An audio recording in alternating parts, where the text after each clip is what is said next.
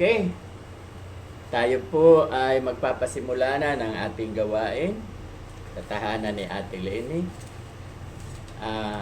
Opening prayer po si Ate Lisa. Sige, Ate Lisa. Manalangin tayo. Panginoon, maraming salamat sa lahat ng pagpapalala. Nasa itaas na tayo. Pinapalog mo sa amin. Sa araw na ito, Panginoon, magpapay ko kali sa tahanan ni Ate. Sabayan at pagpuntalan ng mga Panginoon. At ibigay mo sa amin ang pag-unawa upang kami maintindihan ang mga nais mo sabihin. Ito ang panalangin ng Jesus name. Amen. Amen. Ngayon naman po ay makakarinig tayo ng tanging awit na walang iba, siya pa rin. Si Ate Lisa pa rin. Hawakan mo ang aking kamay.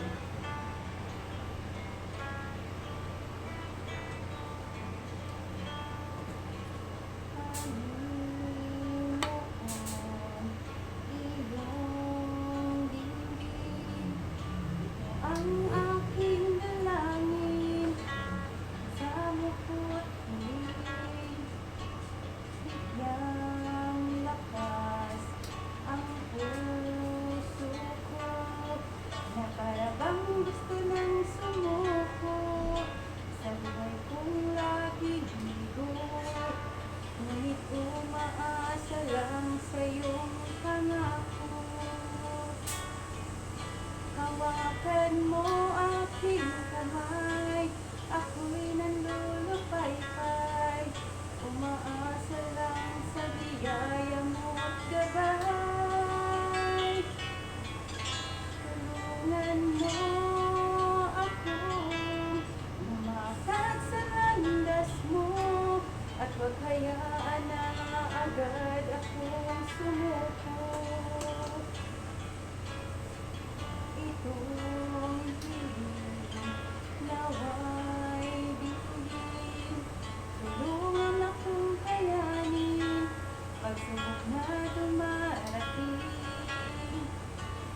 Biglang lakas ang puso ko, na parabang gusto nang sumuko sa buhay kong laging bigo. Ngunit umaasa lang sa iyong pangako. Hawakan mo aking kamay, ako'y nanlulupaypay. Umaasa lang sa biyaya mo't gabay. Tulungan mo akong lumakad sa landas mo, at huwag hayaan na agad akong sumuko. Mahina lang ang puso ko, Panginoon ang kailangan ko. Di ko kakayanin mawala ka sa buhay ko. Wala nang ibang hinihiling, Panginoon, ika'y sumaakin.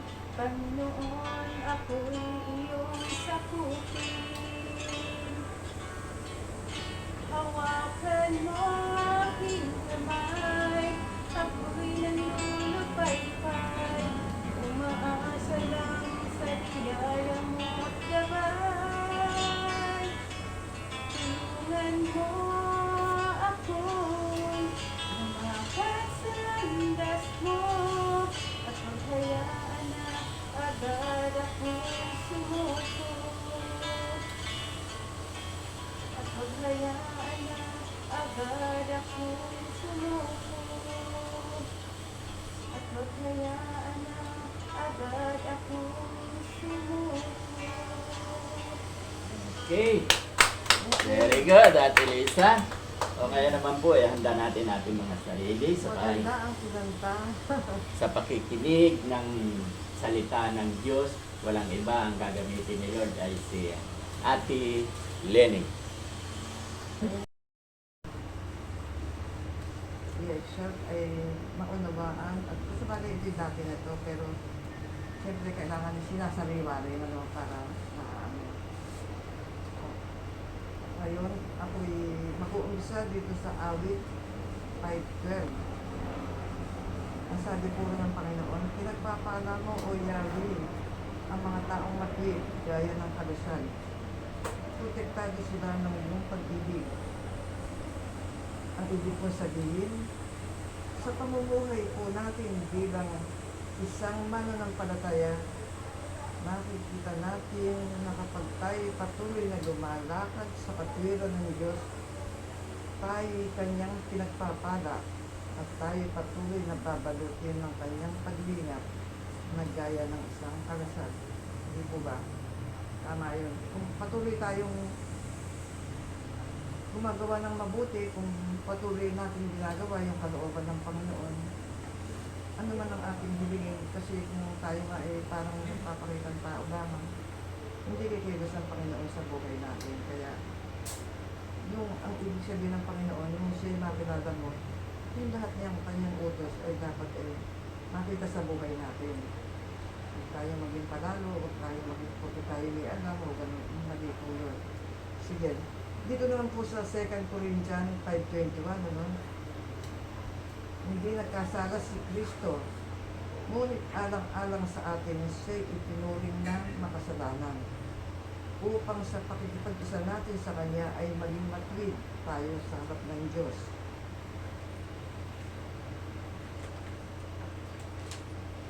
Papaliwanag ko po yung binasa ko. Sapagkat siya'y walang kasalanan, ay naging kasalanan dahil sa atin upang tayo maging katwiran ng Diyos sa pamamagitan ni Jesucristo. Hindi po ba? Dito naman po sa Roma 4:17, gaya ng nasusulat, ginawa kitang ama ng maraming bansa sa pamamagitan ginawa kitang ama ng maraming bansa.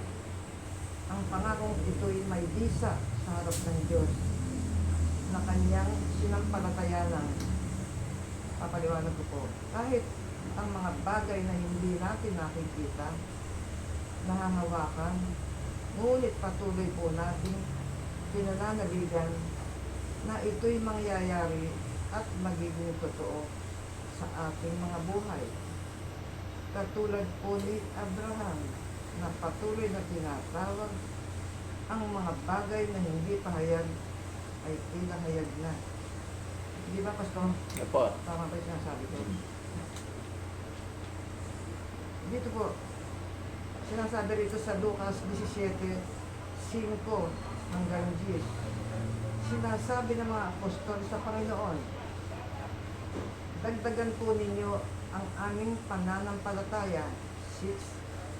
Tumugon ng Panginoon, kung ang inyong pananampalataya ay kasing ikli ng butil ng mustasa, masasabi ninyo sa punong ito ng sikamora, mabunot ka at matanim sa dagat at susundin niya kayo. 7. Kapag nanggaling ang inyong alipin sa pag-aararo o pagpapastol ng mga tupa sa bukid, inaanyayahan ba ninyo siya agad upang kumain? 8. Hindi ba't sinasabi ninyo ay ipaghanda mo ako ng hapunan, magbihis ka at pagsilbihan mo ako habang ako'y kumakain? Pagkakain ko at saka ka kumain. Gayon ang sinasabi sa 8. Sa 9, gayon din naman kayo kapag naggawa ninyo ang lahat. Pinasasalamatan ng amo ang kanyang alipin dahil sa sumusunod siya rito. 10. Ganon din naman kayo kapag nagawa na ninyo ang lahat ng iniuutos sa inyo, sabihin ninyo, kami inyong mga alipin, walang kabuluhan, tumutupad lamang kami sa aming tungkulin. Paliwanag po. Dito po, pinakikita ng Diyos sa atin na kahit kasing laki ng butil ng mustasa ang ating pananalig sa Diyos, kahit anong bagyo o problema na kawalan ng ng kawalan o maging bagyo, sakit at maging karamdaman ay maaari po nating utusan at ito'y susunod sa atin. Naintindihan niyo po ba? Mm. Ngunit sa kabila ng lahat ng pabor na binigay sa atin ng Diyos, huwag po tayong magmalaki sapagkat tayo'y alipin lang ng Panginoon at tumutupad lang tayo sa tungkuling inyatang sa atin. Kaya siya ang palaging maitaas. Dito po sa Roma 8:29 hanggang 30.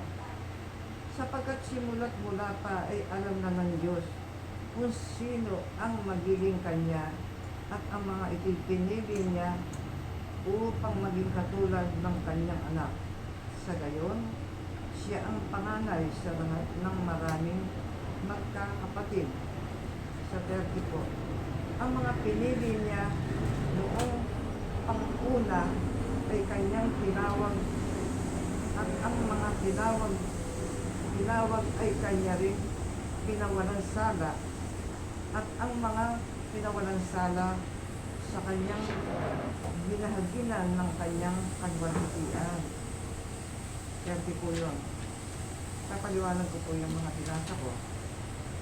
Sapagkat sa simula pa'y alam na ng Diyos kung sino ang kanya at ipinalaga bilang kanyang anak at naging panganay natin siya, tayo kanyang tinawag at pinawalang sala at kanya rin namang binigyan ng parangalan upang patuloy natin siyang makilala at mahalin at ang biblical na pamamaraan.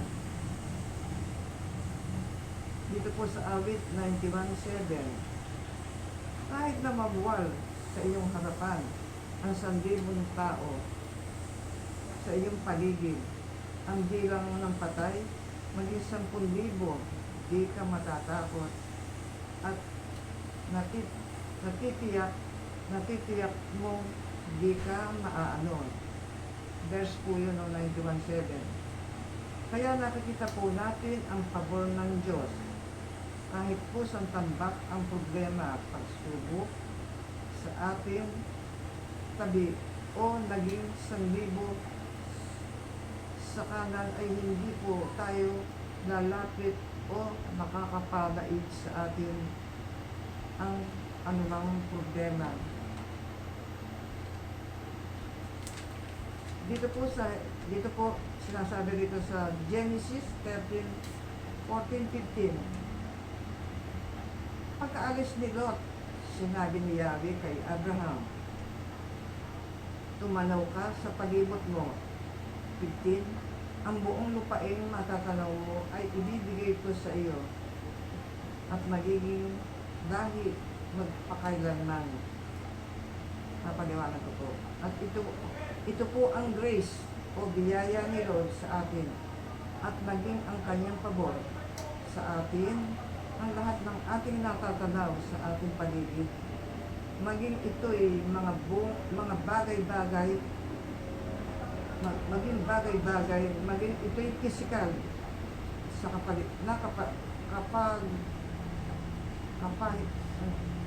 kapaligiran ng material na kasaganaan at maging spiritual na kalusugan ay binibigay na ni Jesucristo sa atin sapagkat binanggit po niya sa krus bago siya nalagutan ng hininga at ang sabi niya ay it is finished. Kaya tapos na binigay niya ito. Ngayon po ay gawin na natin ang ating mga parte sa buhay. By believing and receiving all what He had done on the cross. Hallelujah, praise the Lord. In the name of Jesus. Tutuloy ko, Pastor pa? Sige, kung meron pa. Meron pa po. Paano po? Efeso 1:1-5. Ano po? Hindi ko na po ito binasa sa kasi 1-5. Makikita nyo na lang po. Paliwanag na lang po ang sasabihin ko. Ang nabubuhay sa kalooban ng Diyos. Kapag ang isang Kristiyano ay nabubuhay ayon sa kalooban ng Diyos, mararanasan po natin ang pagpapala at kapayapaan na nagmumula sa ating Panginoon sa gitna ng dinadanas nating problema at pagsubok araw-araw. Patuloy po niya tayong pinagkakalooban ng lahat ng pagpapalang espiritual dahil sa ating pakikipag-isa kay Kristo. At bago pa natin nakilala,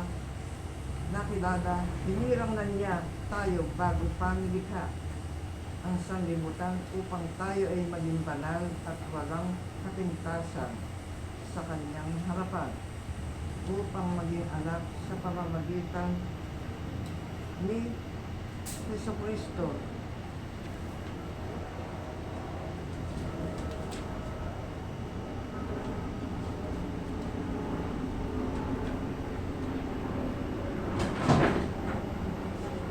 Babasahin po itong huli. Ang panggat po nito, discover the righteousness shield of favor. Nasumpungan na pagwiran bilang karusag ng Panginoon. Yun po ang ibig sabihin. Awit 5:12. Pinagpapala mo o Yahweh ang mga taong matuwid at gaya ng karasag. Protado sila ng iyong pag-ibig. Napaliwanag ko po ibig sabihin. Sa pamumuhay po natin bilang isang mananampalataya, nakikita po natin kapag tayo patuloy na lumalakad sa katwiran ng Diyos, tayo kanyang pinagpapala, tayo patuloy na babalutin ng kanyang paglingap, na gaya ng isang kalasag. Hindi po ba? Dito naman po sa 2 Corinthians 5:21, hindi nakasala si Kristo, ngunit alang-alang sa atin, siya ikinuring na makasalanan upang sa pangipag-isa natin sa Kanya ay maging matuwid tayo sa harapan ng Diyos.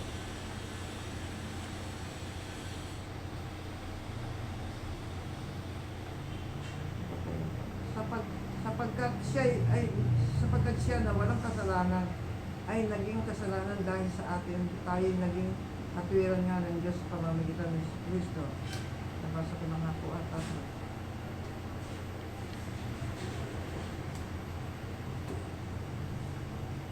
ano naman po, Pastor? Okay. Kuha niyo na po. Okay. So, nakita nyo naman, maganda yung mga binasa niya. Alam nyo na, yung paborito ko, no?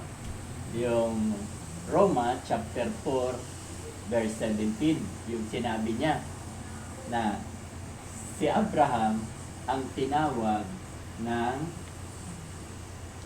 ama ng maraming bansa. No? Ama ng maraming bansa. Ang ibig sabihin, hindi siya tinawag na ama, father of all nation. Iba yung father of all nation. Ang ibig sabihin, lahat ng tao sa buong mundo ay magiging anak ni Abraham. Hindi. Kaya, many nation.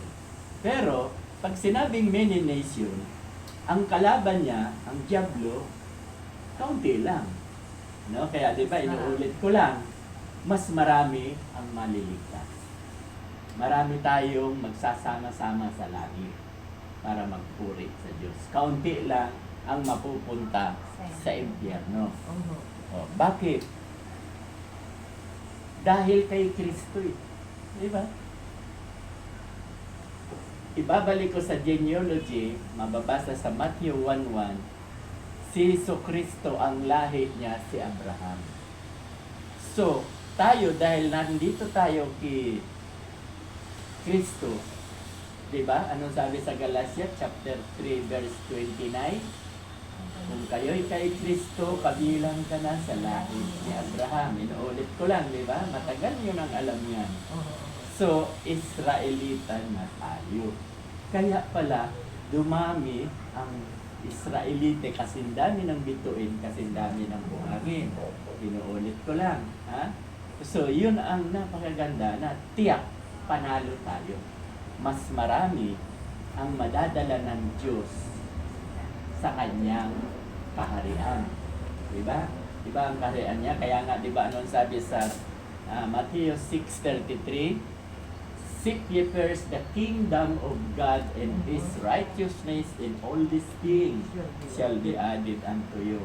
Ang sabi sa Tagalog, hanapin daw muna natin ang kaharian ng Diyos at lahat ng inyong pangangailangan ay matatanggap natin. Di ba ang sarap? Ang sarap na mayroon tayong inspiration na lahat pala ng kailangan ko, hindi niya pala ako pababayaan. Siyempre, anak tayo, di ba? O, pag anak ka, pababayaan ka ba? Hindi. Ay, napakayaman kaya ng tatay natin. Siya ang ating ama. Siya nagmamayari ng lahat. Pababayaan ka ba? Kaya, nalulungkot ako na ang ibang tao nga, walang panahon para pigal. Pag wala kang panahon para pigal, wala din panahon sa'yo. Sigal. Magawa ba? Tama, Julio. So, nandyan si Lord kung lalapit tayo. Pero, iniiwasan natin siya. Actually, ang God hindi lumalayo. Nandyan lang eh. Ang lumalayo, tayo eh. Bakit tayo lumalayo? Eh, yun, ginagawa natin yung mga hindi kalugod-lugod sa Diyos. Dahil ang gusto ng Diyos, maging kalugod-lugod ka, di ba? Mababasa yan sa Roma chapter 12, verse 1. No, ang sabi doon, ihandog natin ang ating buhay, a living sacrifice na kaaya-aya at kalugod-lugod. Kaaya-aya at kalugod-lugod. Iyan ang tamang pagsamba. Nakuha ba natin? So, kung marami tayong ginagawang kasalanan at magsasamba ka, tama ba yun? Di ba? Ang gusto ni Lord, pag magsamba ka, yung kalugod-lugod para sa Kanya. Yung totoo ka at hindi yung ang dami mong ginawang kasalanan pagkatapos magsasamba ka, parang kaplastikan. Hindi ka kalugod-lugod. Sige, pakibasa nga yan Roma. Roma chapter 12, verse 1. Yan maiintindihan natin. Ilang ulit ko nang pinabasa sa inyo yan. Pero, ito na naman, may panibago na yung kalugod-lugod. Ang lagi ko dyan sinasabi, ihandog natin ang ating buhay bilang handog na buhay. A living. Romans 12, 1. Sige, pakibasa. Kaya nga mga kapatid, alang-alang sa masaganang habag ng Diyos sa atin, ako'y nakikiusap sa inyo na ialay ninyo ang inyong sarili bilang isang handog na buhay, banal at kalugod-lugod sa Diyos. Okay, sana nga na. Diba? Ano ang gusto ni Lord? Banal. Banal. Yung banal, walang problema eh.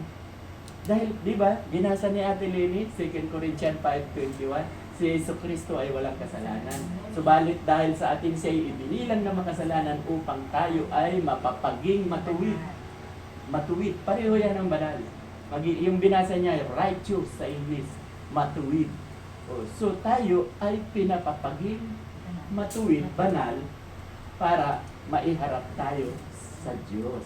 So, wala nang problema yung kabanalan natin. Dahil tayo nga ay pinapapaging banal na. Ang problema yung kalugod-lugod. Halimbawa, ay galing ka sa palengke ngayon, nakipagbabag ka. Diba? O kaya may inutangan ka, hindi ka nagbabayad, nagkipagbabag ka doon. Hindi yung kalugod-lugod sa Diyos. Nakikita pa naman in public. Pagkatapos pupunta ka sa simbahan. Lahat sila. Diba? O, maraming kasalanan kasi. So, ang ibig sabihin dyan, iwasan na natin. Dapat yung mga gagawin natin ay kalugod-lugod. No? Yun ang gagawin natin. Yun ang pinakamagandang pagsamba sa Diyos. Diba? Okay, so marami pa siyang binasa. Yun nga, ang maganda nga niya, binasa niya, yung naulit niya pa ng basahin, yung 2 Corinthians 5:21, maganda yun. Diba? Ano pa ang dapat kong idagdag? Nakita mo na ba, Ate Lene? May dadagdag ka pa? Ako na, kayo naman. Ayun na ba? Tatapusin ko na. Mayroon pa namang oras. Okay, so, yung sinabi na pumayos si Abraham, pumunta ka doon sa dakong yun. Diba? Sumunod siya. Ang iba hindi susunod eh. O bakit? Ibabalik ko doon sa inaral ko sa inyo nung linggo. Kasi ang pananampalataya ni Abraham, ano ang tawag doon sa pananampalataya niya? Supernatural. Wow! Galing. Yun ang tawag doon. Supernatural faith. Kasi pinapunta siya sa dako na hindi niya alam kung ano yung pupuntahan niya. O ano, magutom siya doon. O, hindi siya nag-alala. Ibig sabihin, utos ng Diyos sa kanya, sumunod siya. Hindi katulad ni Tomas. Ano ang kan si Tomas? To see is to believe. Kinakailangan makita niya muna para sa maniwala. Ano ang tawag doon? Natural. Human natural faith. No? Kasi may mga tao talaga. So, di ba? Kaya maganda yung faith na yan eh. Ang pananampalataya ni Abraham ay napakaganda. O pagdating kay Peter, di ba? Nakita niya, naglalakad si Jesus sa tubig. Ay, multo! Takot sila. Sabi naman ni Jesus, ay, hindi ako multo, ako ito. Ako ito, si Jesus. Ay, kayo po ba? O ano ang sabi ni Peter? Palakarin mo rin ako sa dagat, sa ibabaw. Halika! Sabi niya. So, nang makita niya si Jesus, lumakad siya. Nakalakad nga. Di ba? Pambihira yun. Kasi, ang focus niya, kanino? Yun ang itinuturo sa atin yan. Tayo, dito sa buhay natin, ang focus natin, lagi tiloy. Si Jesus ang daan. No? Nakapokus. Sinubok siya. Lumakas ang hangin. Diba? Natakot siya. O, ang takot, kanino galing? Sadya. Kaya siya'y malulog. Oo, kasi ang takot, hindi yan nagmula sa Diyos. Ang sa Diyos, pag-ibig. Pag-ibig, mahal tayo ng Diyos. So yung takot, natakot siya, ang lakas, at nang natakot siya, lumulubog na siya. Okay. Bakit lumulubog na siya? Ito ang ipinakikita. Nag-alinlangan si Peter. Di ba? Simpleng Tagalog. Nag-alinlangan siya. Saka inalis niya ang paningin niya kay Jesus.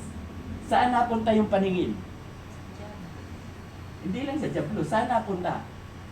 Yung paningin ni Peter. Hindi. Yung paningin niya napunta doon sa malakas na hangin. So, doon napunta. Yung focus niya kay Jesus, inalis niya, niligay niya sa unos, yung malakas na hangin. Diba? So, diba? So, yun ang ibig sabihin na nag-alinlangan. Kaya tayo, no? Huwag tayong mag-alinlangan. Lalong-lalo na pagdating sa pagkain. Diyan tayo nagkakaproblema. No? Bakit ako magsisimba? Walang kakainin ang pamilya ko. Karamihan, ganyan. Tama ba, Ate Lene? Ba't ako sisimba? Wala naman pera sa church. Ako pa nga magbibigay sa church. Inuobliga ako ng pastor, mag-love offering daw kami. Diba? Kaya, nandoon yung pag-alinlangan. Basahin nyo, Matthew chapter 6 verse 26. Kasi dapat sa atin, kung tayo pupunta sa simbahan, Sabado pa lang nakahanda na yung yung kakainin ng pamilya kinabukasan. Kung wala nga wala nga panganda. Kaya maghahanap buhay pa siya para makakain. Kasi hindi siya naniniwala na ang Diyos ay makapangyarihan at hindi siya naniniwala na Sige, sino nakakita? Pakibasa. kung patuloy ka niya sa kanyang hindi ka niya pababayaan. Gagawa ng paraan ng Panginoon. Sino nakakita? Pakibasa. Chapter 6:25. Oh. Sige, basta. Kaya't sinasabi ko sa inyo, huwag kayong mabalisa tungkol sa inyong kakainin at sa inyong iinumin, upang kayo'y mabuhay o kaya'y tungkol sa susuti ng inyong katawan. Hindi ba't ang buhay ay higit na mahalaga ay sa pagkain at ang katawan kaysa sa damit? Masdan ninyo ang mga ibon. Hindi sila nagtatanim ni umaaniman o kaya'y nagtitipon sa kamali. Ngunit pinapakain sila ng inyong ama na nasa langit. Hindi ba't higit kayong mahalaga kaysa sa mga ibon? Sino sa inyo ang makakapagpahaba ng kanyang buhay Okay. ng kahit isang oras sa pamamagitan ng kanyang pagkabalisa? Okay, di ba? Napakaliwanag. Ang sinasabi po dyan, ito kasi mga taong ito, binigyan ng kaisipan, karunungan, maghanap buhay ka sa 6 na araw at isama mo yung budget sa linggo. Nakukuha? So, pag linggo, sabi nga noon sa Ulumang Tipan, nagluluto na Sabado para pag linggo, kakain na lang sila. O kaya naman, may oras pa naman magluto sa umaga. Pagkaluto mo sa umaga, iwan mo yan sa mga mahal mo sa buhay, magsimba ka. Eh kasi, unang-una, walang planning and budgeting. Kaya nga tayo sa church, mayroon tayong plano. Plano lahat ang pagkakagastusan. Kaya hindi tayo natutuyuan. So, ang bahay, ganun din. Plano po yan sa bahay. Paghandaan niya. Isa tagal ba? Ilang taon na sila? Ang edad nila, pagpalagay na 30 years. Hanggang ngayon ba, hindi ka pa marunong magplano sa buhay niyo? Mag-budget. O ikaw, hindi ka pa ba marunong mag-budget? Yan, expert ako. Si Auntie Lisa. Expert din. Kasi sa tanda natin ito, grabe naman, di ba? Kaya, ang problema, walang plano, hindi magsisimba kasi walang pera. Di lalo kang nawawalan, di ba? Yung binasa natin kay Moses, kahit linggo nagtrabaho na mulot, may napulot ba? Wala napulot. Napagod lang. Nakukuha ba natin? At nandoon yung alinlangan. Ha? Katulad ni Peter, hindi naman dapat lulubog si Peter kung hindi siya nag-aalinlangan. Di ba? Nag-alinlangan siya. Di ba? So, tayo, paniwalaan natin itong binasa mo na sabi dyan, kayo nga, itong mga ibon, pinakakain ko. Kayo pa kaya na mas mahalagang sa akin, mas mahigit, mas mahal tayo kisa sa ibon. Ang sabi, ang ibon hindi nagtatanim, hindi nag-aani, pero kumakain sa oras. Di ba? Kayo pa. Sino ba? Ibig bang sabihin, mas matalino ang ibon kisa sa atin? Di ba? Mas matalino tayo. Pero bakit talo tayo ng ibon? Hindi lang yan. Meron pang isa. Langgam. Bakit talo tayo ng langgam? Mabuti pa ang langgam.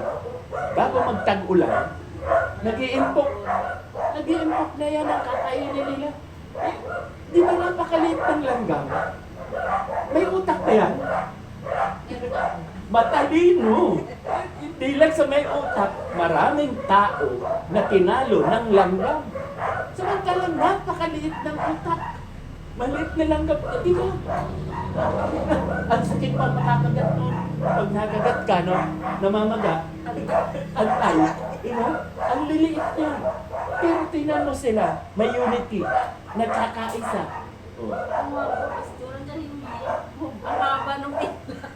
At alam mo, may Diyos din sila. Yung Reyna. Yung Reyna ng yun ang dinadalhan ng pagkain. Yun ang pinaka-Diyos nila, pinaka-God nila. Tayo, sino ang God natin? Si Jesus. So, makakalungkot na tayo, talo pa ng langgam at talo pa ng ibon. Diba, nakukuha ba natin? So, dapat hindi tayo mag-aalinlangan. Paghandaan na natin yung pagkain sa ikapitong araw para makapagpupuri ka sa Diyos. Sama-sama tayo nagpupuri, nagpapasalamat, at sinasamba siya sa Espiritu at katotohanan. Okay, so nakikita natin ang problema. Nakikita natin ang pagkukulang. Sino ang nagkulang sa hindi makasimba paglinggo? Sino ang nagkulang? Tayo. Yung hindi nagsimba. Tayo nagsisimba tayo, hindi tayo nagkulang. Yung hindi nagsimba, Yun ang nagkulang. At sino ang logi? Sila ang logi. Andiyan ang Diyos nakahandang magbigay. Ang problema, gusto kang bigyan sa church. Nandun ka sa malayo, nasa palengke ka, naghahanap buhay ka. Tapos nalugi ka, walang bumili sa'yo. Nalugi ka, ginakawang ka pa. Oo, di ba? Totoo yan, nang maraming nawawalan dyan. So, Kay Maribo, mga pro. oo. Pati yung do. Oo. Pati yung katapat niya, yung binibilang ko ng manok, baboy, pata raw nawawala sa kanya. Kapanamangan. Bata. Pata talaga. Pata. Ang sabi sa akin, Tapos nahuli na. baka may yung katulad mo dati. May dala ng tadjikis. Tama. Ako talaga totoo. Inaamin ko yan. Dati magdala ako. Kasi wala. May CCTV dyan eh. Wala akong Kita lang. Saan? Dito? Ang parang nakawali. Kita na. Hindi pa lang. Nakawali mo sila. So, ganun talaga ang tao pag walang Diyos. Nanakaw at nanakaw ka talaga. Okay, so, Bakit lang yan? ipinakikita ko lang na dapat talaga mahalin natin ang Diyos. Sa ikapitong araw, doon tayo. No, hindi na ako maglalagay ng pangalan kung sino yung hindi makasimba Oo. dahil naghahanap buhay, walang makakain. Ay, ganyan sa ganyan sila. Di ba sabi ko sa inyo, sino ang logi? Lalong nababaon sa Oo. utang. Sino ang lugi? Tingnan mo. Unang-una, hindi ka nakapagpahinga. Di ba? Wala kang day off eh. Pag hindi ka nakapagpahinga, gastado ang katawan mo. Bugbog sanado ang Saka katawan mo. hindi naman ako nagsasabi, magsimba ka. Hindi wala.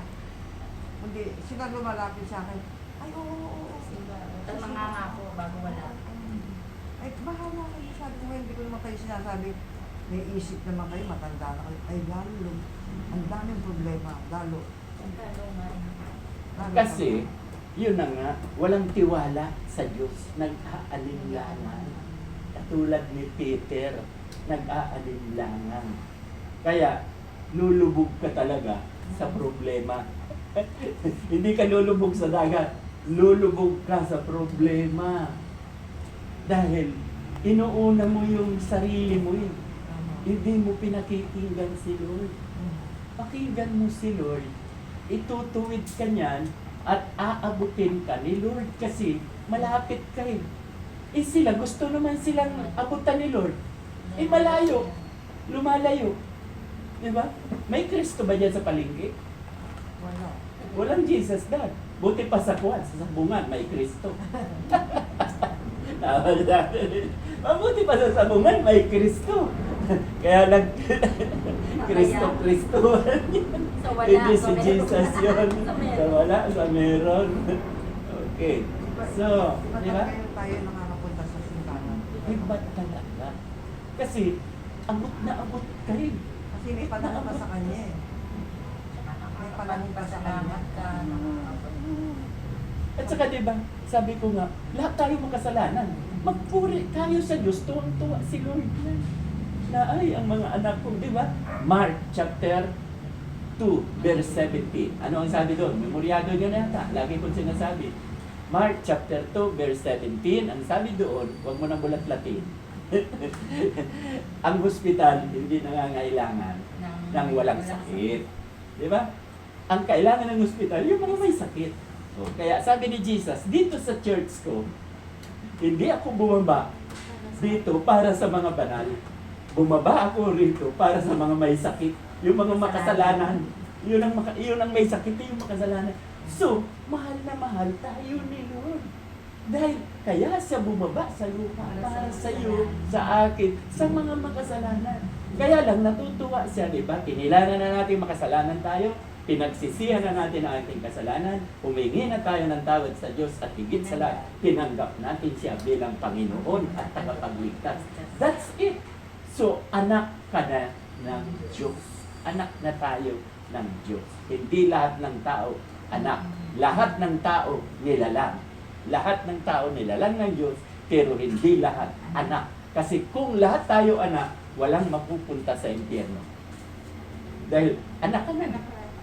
Di ba? Ang anak mo ba, susunugin mo sa dagat-dagatang apoy? Hindi. Kaya tayong mga anak ng Diyos, may May predestined na tayo sa langit. Doon na tayo nakadestino. Anytime tayong bawian sa langit ang tungo natin. Kaya lang, hindi na tayo magkakakilala. Diba? Napag-aralan na natin yan. Tayo ay katulad na ng mga anghel na nag-aawitan, walang gagawin, mag-awitan sa Panginoon. At least, air condition tayo. Ang heaven ay malamig yan. Eh doon sa kuhan, sa impyerno, napakainit yan. Eternal damnation. Okay, Hindi so kaya niya alam yan, ano? Alam nila yan. eh. Alam mo yun, sila natatakot. nag-aalinlangan po Ano kasi. sila yung... Oh, walang pakialam. At saka sila yung naaanuhan dyan ng, oh, meron na tayong kinikilalang ano yun nga, yung mga pinag-mo, So, ano na nilang mga Nazareno yan, yung Ano mga, pa rin, diretso pa rin mga deboto, mga ano. Nakapag-aral na sila, pero bakit ganun? Diretso pa rin. Ayan, basta kung Ayaw ni Lord. Tapos alam na nila na yung tama. inakay na, Pero diretso pa rin sila. inakay na natin sila. Ayaw ni Lord. Kasi, di ba sabi ko sa inyo, we are saved by grace. Nakukuha nyo? Kung ayaw mahabag sa'yo ni Lord, hindi ka maliligtas. Di ba sinabi ko sa inyo, dalawang klase ang pananampalataya. May totoo, super, mayroong hindi. So, yung hindi totoo, saan ang punta nun? Sa impyerno. At meron pa, mas nananampalataya ang tao sa sarili niyang kagalingan, kakayanan. Nakukuha niyo? Ay, ba't ako magsisimba dyan? Walang pera dyan eh. Dito ako, magaling ako magnegosyo. Marami akong benta ngayon. Totoo, mayroon naman yumayaman dyan. Ay, yung kaibigan ko sa Davao, yumaman eh. Walang Diyos eh. Walang Diyos. Kaya lang, yun, ang pananampalataya niya, hindi kay Kristo. Kanina siya nananampalataya. Tena. Hindi. Sa kakayanan niya. Sarili. Nakukuha niyo ba? Sa kakayanan niya. Kasi diskarte nga. Diskarte ko yun eh. Kaya nga di ba kawi ka ang 3-5. Memoryado natin lahat yan. Kayawi ka lamang magtiwala buong puso at lubusan at huwag kang mananangan sa iyong sariling karunungan. So, sa sarili niyang karunungan, sa diskarte niya, pati yung negosyo niya, mandaraya yan. Kasi hindi yan yayaman kung hindi nandadaya. Mandaraya yan. Diskarte niya. So, kaya yumaman siya. Pero, missing ko, wala siya madadala pag namatay siya. Kahit sa impyerno, wala din siyang dala. Doon siya sa impyerno sigurado kasi ang pananampalataya niya sa sarili niya. Hindi siya nananampalataya kay Kristo na ating Panginoon at Yun nga po, tagapagligtas. Pastor. Alam niya yan. Walang madadala dito. Pero mandaraya pa rin siya. Alam niya yung salita ng Diyos. Dalawang klase yan. Maaring may sakit. Sinungaling. Ganun. Hindi, yung sakit. Alam mo, di ba, yung sakit na magnakaw, kleptomaniac yata ang tawag. Hindi, Pag ganito, may- Pastor, kunwari. Meron kasi isang araw. E di, gano'n, kunyari yung may nagbayad sa kanya pala nagbayad. Ngayon, yung isa, sinisingil pa rin yung isa. Sabi, nagbayad na ako doon. Tapos nangaral siya, alam mo ba, yung mga anong ganyan, nababasa niyo ba, di ba alam niyo yung sa Bible, yung bawal yung gano'n, pupunta sa impyerno. Bawal magsinungaling. Alam niyo, pero bakit gano'n? Nandadaya pa rin siya. Eh, wala tayong magagawa. Hindi siya anak ng Diyos. Kung anak siya ng Diyos, hindi niya nagagawin. Tapos mabait daw siya, nagmana daw siya sa lolo niya, mapagbigay. Pero ang layo na sinasabi niya sa Bakit sa sarili nandadaya niya. siya? Opo. Kaya, hindi yan totoo. Fake. Maraming fake it. Maraming fake it. Dahil ang totoo, nakikita sa gawa. Yun nga po. Nakikita sa gawa. Di ba? Kaya di ba lagi ko sa inyong example, pastor niyo ako. Eh kung makikita niyo ako sa warehouse, ang dami kong chicks. Tama ba yan? Kukuha ng picture. Di ba? Pagkatapos mangungutang ako ng mangungutang pa rin na walang bayad-bayad. Noong hindi pa ako Kristiyano, ganyan ako. Nakukuha niyo, ibinago na nga ako ni Lord. Yun ang pinakamaganda. Through faith, naniwala ako na binago na ako. Ako pa. May 10 minutes pa naman. So, tatapusin. Yung sinasabi ni Pastor, parang kasi nung makakilala sa Panginoon, talagang totoong nabago na. Eh nung araw may mga kamag-anak ako nagpupunta rito, nanggaling pa sa probinsya eh. Eh pag ayokong manaog at makipagharap. Hindi ka na.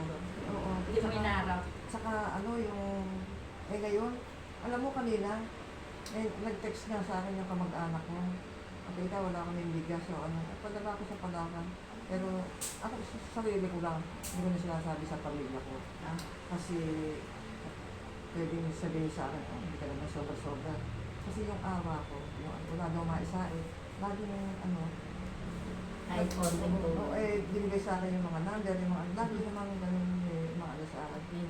Pero sabi ko, di ba, hindi naman ako maghihirap din. Sa ganung bagay. Ang bigas lang o ano. Kaya, oo. Talagang pag nakakilala sa Panginoon, talagang napakalaki ng pagbabago. At saka makikita mo sa kilos niya. Makikita mo sa gawa niya. Kaya yung nakikita mo, ganun pa rin siya. Fake yan. Tumanda na siya, ganun pa rin nakagapas. Fake yan. Hindi yan totoo. Okay, so, meron ba kayong request para ipanalangin ko? Eh, yung kumarin mo, kanina nakita ko, galing na lang sa hospital.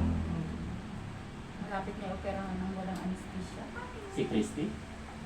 Kukuhanin daw po ng sample sa likod yung laman buto para malaman po kung Sino may bang anak cancer. niya yung, ang kasi sa motor kanina, nakita ko. Si Josman. Okay, so tayo po ay manalangin kung wala kayong request. Wala bang kwan? Okay, so tayo po yung po. Lord, maraming salamat po sa hapon ito na kami po ay nakapag-aral ng iyong mga salita. Tunay nga po, Lord, na ang salita mo ang siyang magpapabago po sa amin. At ito po ay nakikita sa mga gawa.